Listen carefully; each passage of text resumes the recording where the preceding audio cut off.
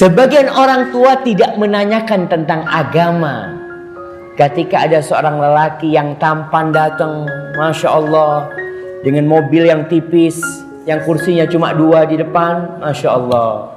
Langsung pertanyaannya orang tua, kapan rencana lamarannya? Nggak ada pertanyaan macam-macam. Padahal dunia ini fitnah. Orang-orang sombong karena kekayaan mereka. Mereka jadi sombong. Dengan duit, sebagian merendahkan orang lain. Makanya tidak sedikit wanita yang akhirnya seperti budak karena suaminya kaya raya. Dia tidak dihargai. Maka seharusnya yang kau tanya, kalau ada orang meminang, ya tanya Alhamdulillah. Jangan ditanya gajinya berapa.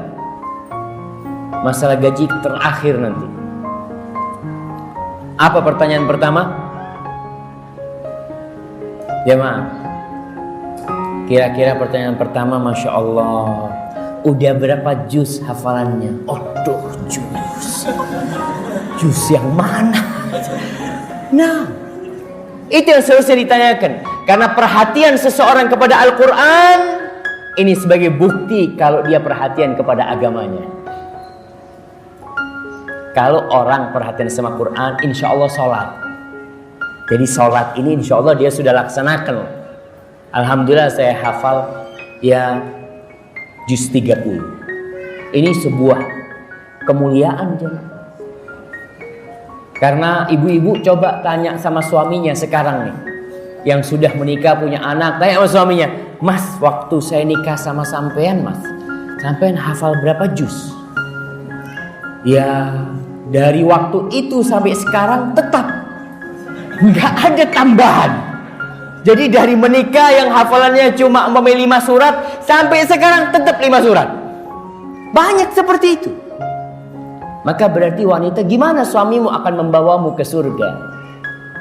Sedangkan salah satu buku panduan masuk surga tidak dibaca.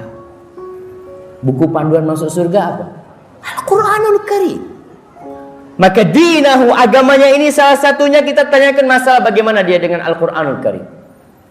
Apabila dia mengatakan, anak terus terang saya kalau hafalan sedikit, tapi Alhamdulillah tiap hari saya baca 1 juz. Alhamdulillah, ini tanda-tanda orang yang baik.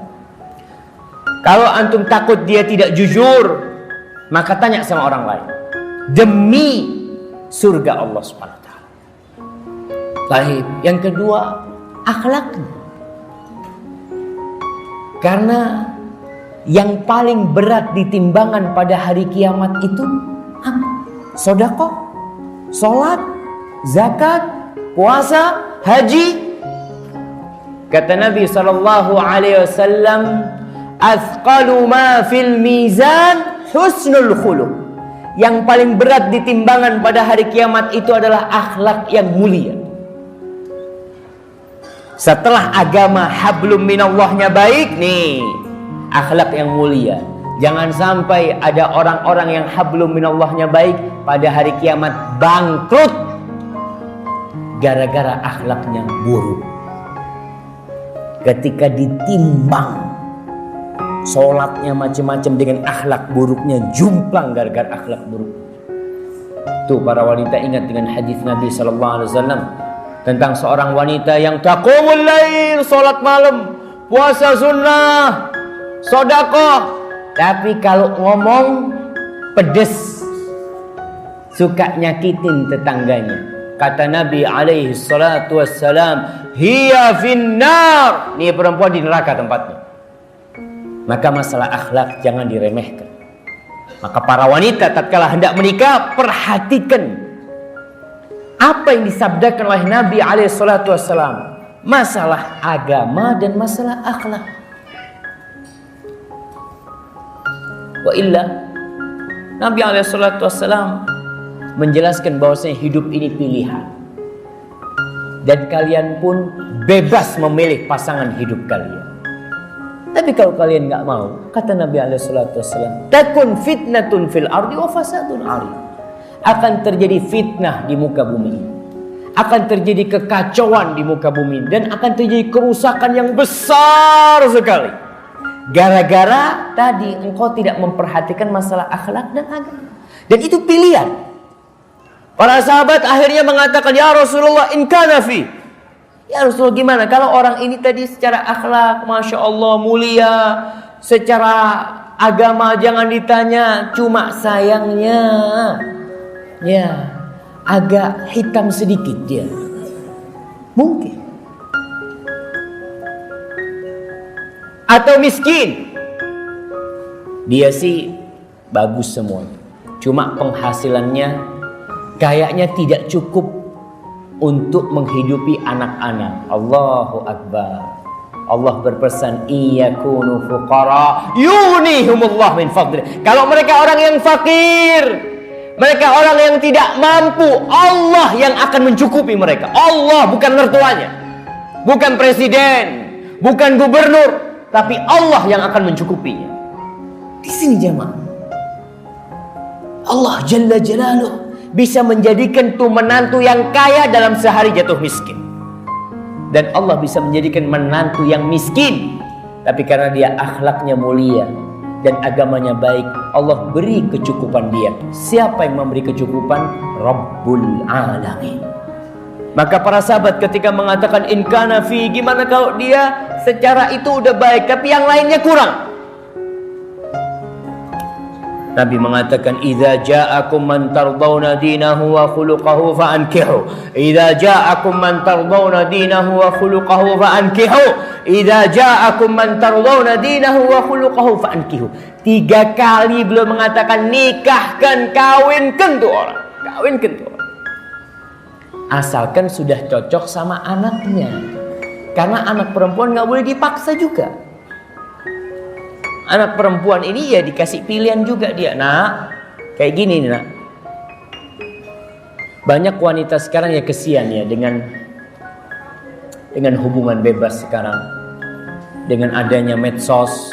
Sehingga wanita-wanita itu kebayang suami yang baik itu suami yang perlente. Insya Allah. Yang rambutnya klimis. Yang jamnya ya kalau dibuka sedikit orang langsung tahu harganya. Oh, nah. Kadang-kala seperti itu. Dia lihat sahib-sahibnya, Allah jamaah, banyak wanita-wanita yang hidup merana gara-gara salah milih pasangan hidup. Dan ini juga bermasalah dengan orang tua. Kadang-kala orang tuanya nggak paham agama. Ketika dilihat yang meminang, aduh jenggotan, kata dia, itu orang tua sudah. Aduh nak, kau salah milih calon nak. Ini aliran apa ini? Ini aliran Sungai Brantas. Emangnya aliran sungai gitu. Nah, itu kadangkala si perempuan sudah cocok, sudah nerima, tapi masalahnya di siapa? Di keluarga, di orang tua. Baik, tadi kita bicara sebelum pernikahan. Kalau ingin dibawa suaminya ke surga, dari sebelum menikah sudah diperhatikan. Yang kedua, ketika pernikahan, maka seorang istri, terus terang banyak orang tua yang mendidik anaknya hanya untuk melayani suami zahirnya saja. Masa si anak dimasukkan SMK, sekolah menengah kejuruan urusan apa istilahnya? Tata boga. Nah, nanti kalau kau menikah, bikin suamimu senang dengan makananmu. Ya, bukan cuma itu cuma. Maka terus terang orang tua perlu memperhatikan, mendidik, mendudukkan anaknya. Kalau kita lihat wanita-wanita jahiliyah dulu, sebelum Islam, wanita-wanita yang mulia itu ketika anak perempuannya dipinang, langsung didudukkan sama ibunya. Dijelaskan bagaimana dia menjadi seorang istri. Nah, jangan sampai suamimu kelaparan di rumah. Jangan sampai suamimu mencium aroma yang tidak baik. Jangan sampai semua melihat engkau dalam kondisi yang buruk. Jangan sampai dikasih nasihat semuanya. Sampai katakan, nak, jadilah engkau budak untuk dia. Ini ibu ngajarin anaknya. Jadilah engkau budak untuk suamimu. Suamimu akan jadi budak buat engkau. Dan dia akan menjadikan engkau jadi ratu buat dia. Ini di masa jahiliyah. Orang tua perlu menanamkan hal itu. Karena banyak wanita-wanita yang tidak siap. Seakan-akan dia itu enak banget, anak seakan-akan diperbudak. Suaminya ngomong, istriku minta air, ambil sendiri. Karena dia merasa enak banget, anak sebelum menikah bebas, anak disuruh-suruh sekarang. Akhirnya banyak terjadi perceraian. Karena si perempuan gak siap dengan ikatan pernikahan. Maka harus belajar apa hak-hak suami, apa kewajiban-kewajiban dia sebagai seorang istri. Anda tidak akan berbicara dengan bapak-bapak, Anda bicara sama ibu-ibu. Khususnya ibu-ibu, tolong didudukkan anak. Dan ajarkan kepada anaknya, sabar nak. Wanita kadang berpikir pernikahan itu semuanya manis. Iya, awalnya doang. Setelah itu akan banyak tanggung jawab. Akan ada gesekan antara suami istri. Kuncinya apa? Sabar. Sabar nak, ibumu dulu sama bapakmu juga sering ribut. Tapi ibu selalu ngalah. Tapi ada ibu-ibu yang mengatakan kepada anak, nak kau jangan mau diatur sama suamimu. Jangan mau. Kau itu harus jadi seperti ibu. Tuh bapakmu sama ibu dipanggil nurut. Masya Allah. Jadi rusak rumah tangga ini. Maka ini kalau ingin dibawa, tolong diajarin anak-anaknya itu tentang pelajaran menjadi seorang istri.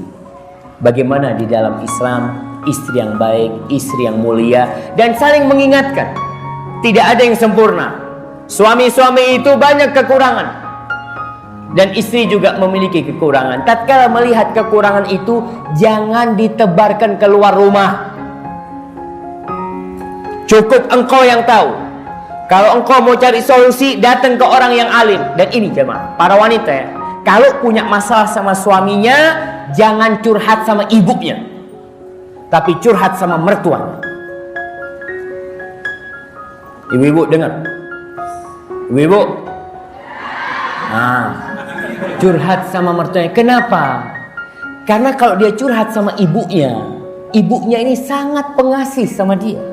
Akhirnya sang ibu akan, udahlah kalau suamimu memang kayak gitu, nggak bisa dikasih tahu, udahlah kau minta cerai. Tapi kalau sama mertuanya, insya Allah mertua ngasih tahu anaknya enak. Karena anaknya sendiri yang dikasih tahu. Oleh karena itu kuncinya jaga hubungan baik dengan mertua. Ustadz, mertua anak cerewet, tetap jaga, hormatin, dia adalah ibu suamimu. Ustadz, mertua anak ini selalu seudon sama anak, tetap jaga hubungan baik. Lama kelamaan yang namanya baja kalau dipanasin leleh juga. Ada orang yang punya ibu mertua seperti baja, alhamdulillah, bersyukur sama Allah. Bagaimana cara melunakkannya? Dipanasin terus. Lama kelamaan itu mertua akan cinta sama menantunya. Tapi kalau si menantu ini sudah mulai Allahu Akbar, anak nggak salah disalahin, ibumu tuh nggak bener, ibumu tuh dolen, habis sudah. Tapi tolong dijaga, jangan cerita kezaliman mertua kepada suami, jangan diterima. Tapi engkau sendiri yang memperbaiki. Karena suami mau tidak mau akan belain siapa? Belain ibunya. Dia mungkin akan mengatakan kepada istriku, kau sabar. Sampai kapan sabar bang? Aku sudah gak kuat nih. Tetap kau sabar. Insya Allah baja itu ingat, dibakar terus, bakar terus. Dibakar dengan apa? Dengan amal kebajikan, dengan kelembutan, dengan mohon sama Allah, dengan doa. Lama-lama mertua akan jadi baik. Karena kunci surga suami adalah bapak ibunya. Dan kunci surga seorang istri adalah suaminya. Hadza wallahu a'lam bishawab.